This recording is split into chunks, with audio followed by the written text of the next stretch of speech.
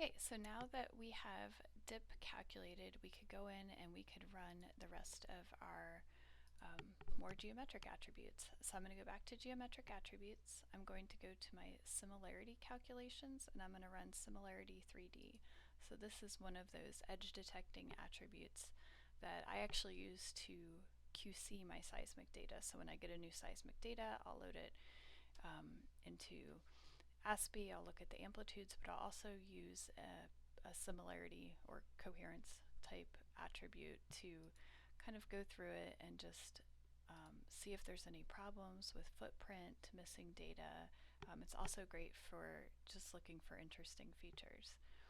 So we're going to go in and we're going to load our original data. So DMIG F3 is the one I'm using. I'm also going to load my inline dip, and I'm going to, and then it'll automatically load my crossline dip. So it's using those names to link them up. So we can go in, I'm going to change my parallelization parameters again to 10. We can look at some of the different parameters that we can choose from. So one of the things that you can do is you can look at output energy and weight gradients by coherent energy. You can also do it by RMS amplitude. I'm going to get my weighting gradients by the coherent energy in this case. We can select a lot of different attributes to run. So these are ones you could toggle on or off depending on what you're doing. In this case, I'm going to get my energy ratio similarity, my ERS, my outer product similarity, so my semblance attribute, the Sobel filter. I'm going to get the coherent energy weighted Laplacian total energy, and coherent energy attribute. Let me see, we can go into our analysis window parameters, and so I'm not going to change anything here, but these are options that you can choose if you want to calculate the covariance over a slightly different range. Other options that we have are filter bank parameters. So again, in this case, if you happen to know that you want to filter out some more of the low frequencies, you can do that if you want. So in this case, you can see I have do not output attributes for each filter bank. You can also click on that and output the attributes for each filter bank. And so this might let you do a multispectral coherence analysis if you want. I think I'm going to output the attributes for each filter bank, so I'm going to go from, let's see, 0 to 8. I'm going to go about a 90. And then I think I'm going to select 110 for this one. All right. Wait, multispectral. That's the one I was missing. Okay, so I'm going to compute the multispectral, and then I'll go through these. Yeah, I'll just keep these defaults. And you can see now the filter banks that it's going to calculate, and I'm going to select execute similarity 3D. And we can look at the status window and kind of keep an eye on it, and this will take a few minutes to run also. Great, well that took a little while on my home computer, but we have here the normal completion of our Similarity 3D. So we will exit out of this.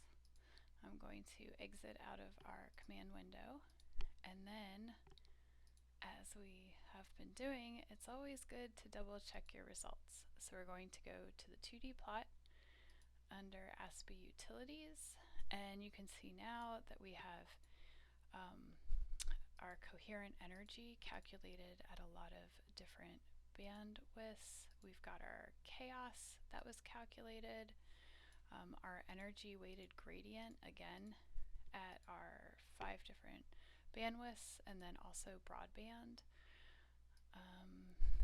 energy ratio similarity, energy weighted Laplacian, at the specific bandwidths, and then also broadband for all of them. And so this is why that computation took a lot of time from Sobel filter also outer product similarity, we calculated a lot of different volumes. So I would encourage you to kind of take a meander through some of these, and I will do the same really quickly with energy ratio similarity. I'm just going to choose kind of the mid bandwidth, so from around 49 hertz. I'm going to select OK. And then, as I mentioned before, well, I'll load it this way first. Let's look at it with CDP set to the desired axis. We're going to send the increment line to 1. And then I just want to not spend so much time rendering, so I'm just going to go from 1.7 seconds to 1.8. And that'll save me a little bit of computation time while you all watch me. And here I'm going to select statistical scaling, and so this will automatically scale the data like I did not do in the dip video, and I'll execute it really quickly.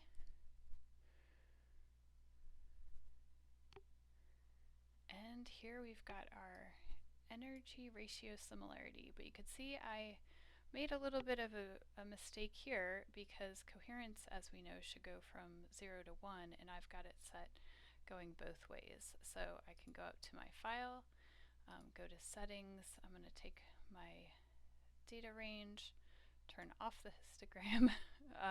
You can see here I had the symmetric about bias. I can just turn that off. And then I will hit apply and OK, and now that looks like we would expect. I do want to show you again a alternative color table really quickly. Again, this is under additional color tables in this version of AASPI, but it'll be the default in later versions. And so we can, oh, I did that wrong. I didn't need to reverse it. So we can apply this, and it takes a little bit getting used to, but I see a lot more variations among these mid-ranges. Remember, before it went from white to gray to black. Now we've got the blue in there, and so we can kind of scan through the energy ratio similarity. We notice a whole bunch of really interesting features, from faults and fractured zones. It looks like we could have some channel features over here by my cursor. And so I would encourage you now to go through some of the other attributes that similarity attributes that we calculated, do some comparing and contrasting between the different frequencies and the broadband also.